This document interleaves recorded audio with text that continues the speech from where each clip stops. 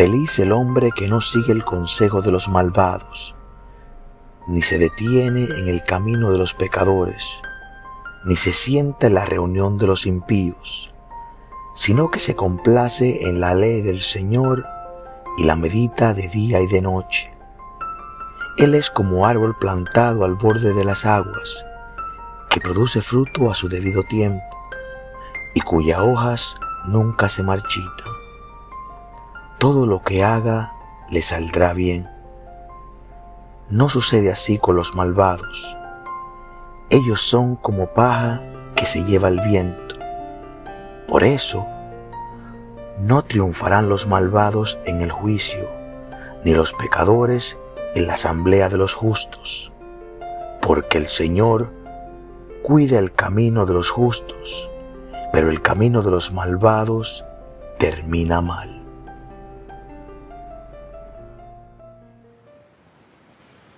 Saludos, familia en Cristo. Que la paz y el amor del Todopoderoso esté con cada uno de ustedes. Bienvenidos sean todos a Tiempos de Bendición. Un inmenso placer seguir compartiendo cada semana con cada uno de ustedes.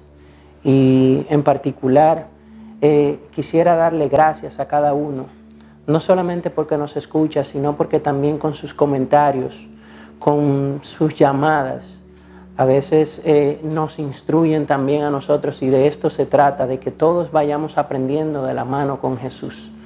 Nosotros solamente somos laicos comprometidos de la Iglesia Católica, que tratamos de llevar el mensaje de Cristo a cada uno de nuestros hermanos, de alguna forma u otra, ya sea en nuestro trabajo, ya sea en las universidades donde estudiamos, o donde quiera que podamos compartir con cada uno de ustedes.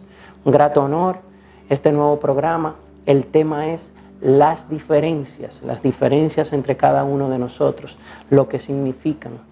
Las diferencias no son más que el contraste de nuestras ideas, es decir, las diferencias o desacuerdos que a veces tenemos en nuestra forma de pensar. Estas diferencias muchas veces pueden ser beneficiosas, pero también pueden ser malignas, dependiendo de la actitud y astucia con las cuales nosotros podemos utilizar esas diferencias, ya sea para instruir a nuestros hermanos o para confundirlos.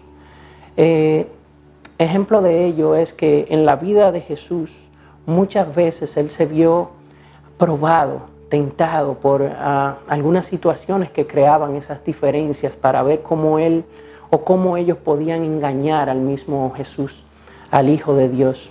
Una de esas actividades o uno de esos casos fue en Juan 8, 4, 7, que lo hemos hablado antes, la mujer sorprendida en adulterio. Nuestra amiga María Magdalena, apóstol de los apóstoles, donde fueron y la llevaron diciéndole a él que ella fue sorprendida en adulterio. Y le decían que la ley de Moisés condenaba a estas mujeres apedreándolas, y que él pensaba que si había que apedrearla o cuál era la decisión final que él le daba, porque ellos estaban confundidos, una prueba para Jesús.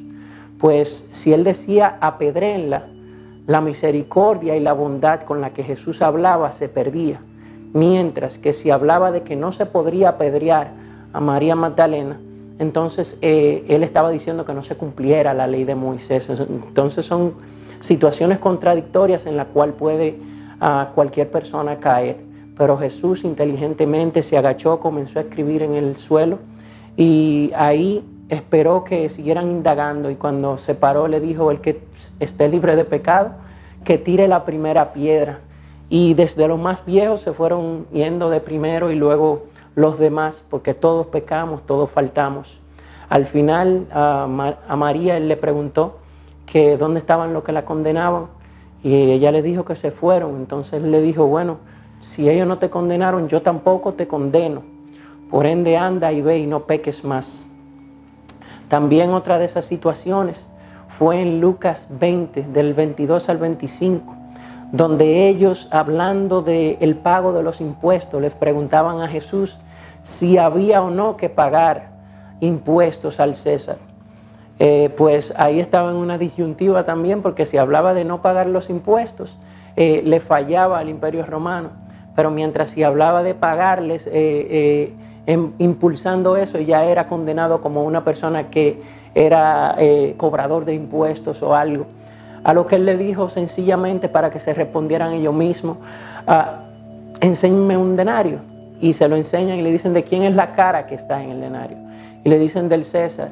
Inteligentemente, con la inteligencia y sabiduría que solamente puede tener el Padre, le dijo, al César lo que es del César y a Dios lo que es de Dios. Por tanto, nosotros como cristianos que somos, debemos de pedirle al Señor de que nos brinde esa sabiduría divina para poder acordar nuestras ideas con nuestros hermanos, no para confundirle, no para impregnar de que yo sí sé, o que ellos no saben, o que ellos sí saben y yo no sé, sino tratar de hablar con la verdad y llegar a acuerdos con la verdad de la palabra de Dios, pues Él es el camino, la verdad y la vida. Hay otras clases de diferencias, las cuales nos incitan a crecer como seres humanos entre nuestros hermanos.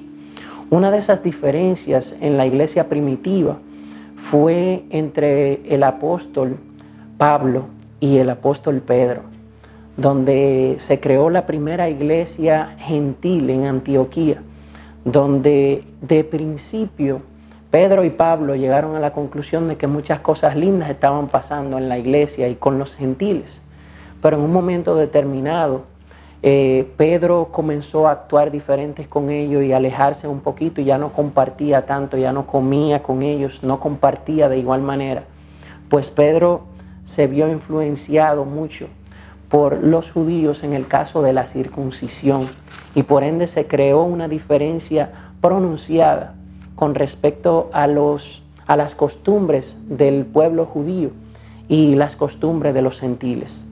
Por ende hubo una diferencia marcada entre Pedro y Pablo, que en Gálatas 5 nos habla Pablo y nos dice y nos instruye de la siguiente manera: Cristo nos liberó para ser libres.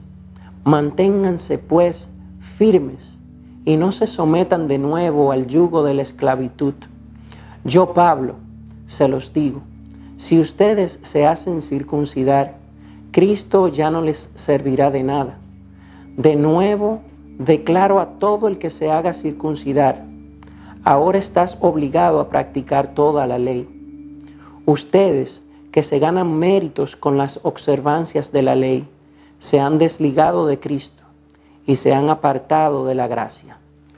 Pues aquí el apóstol Pablo nos dice que no era predicando costumbres. De eso se trata esta palabra.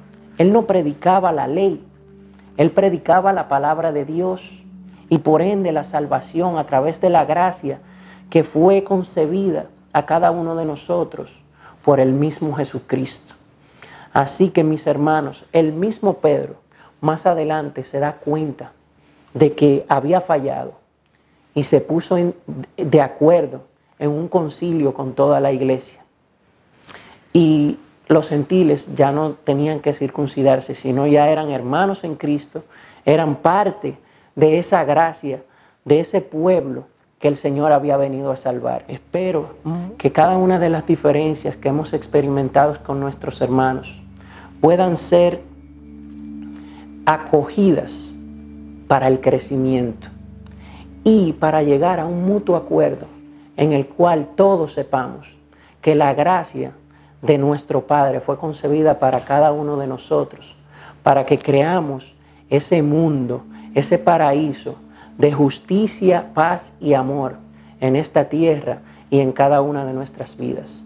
Así que el Señor les bendiga y les acompañe siempre. Gálatas 2, 18-21.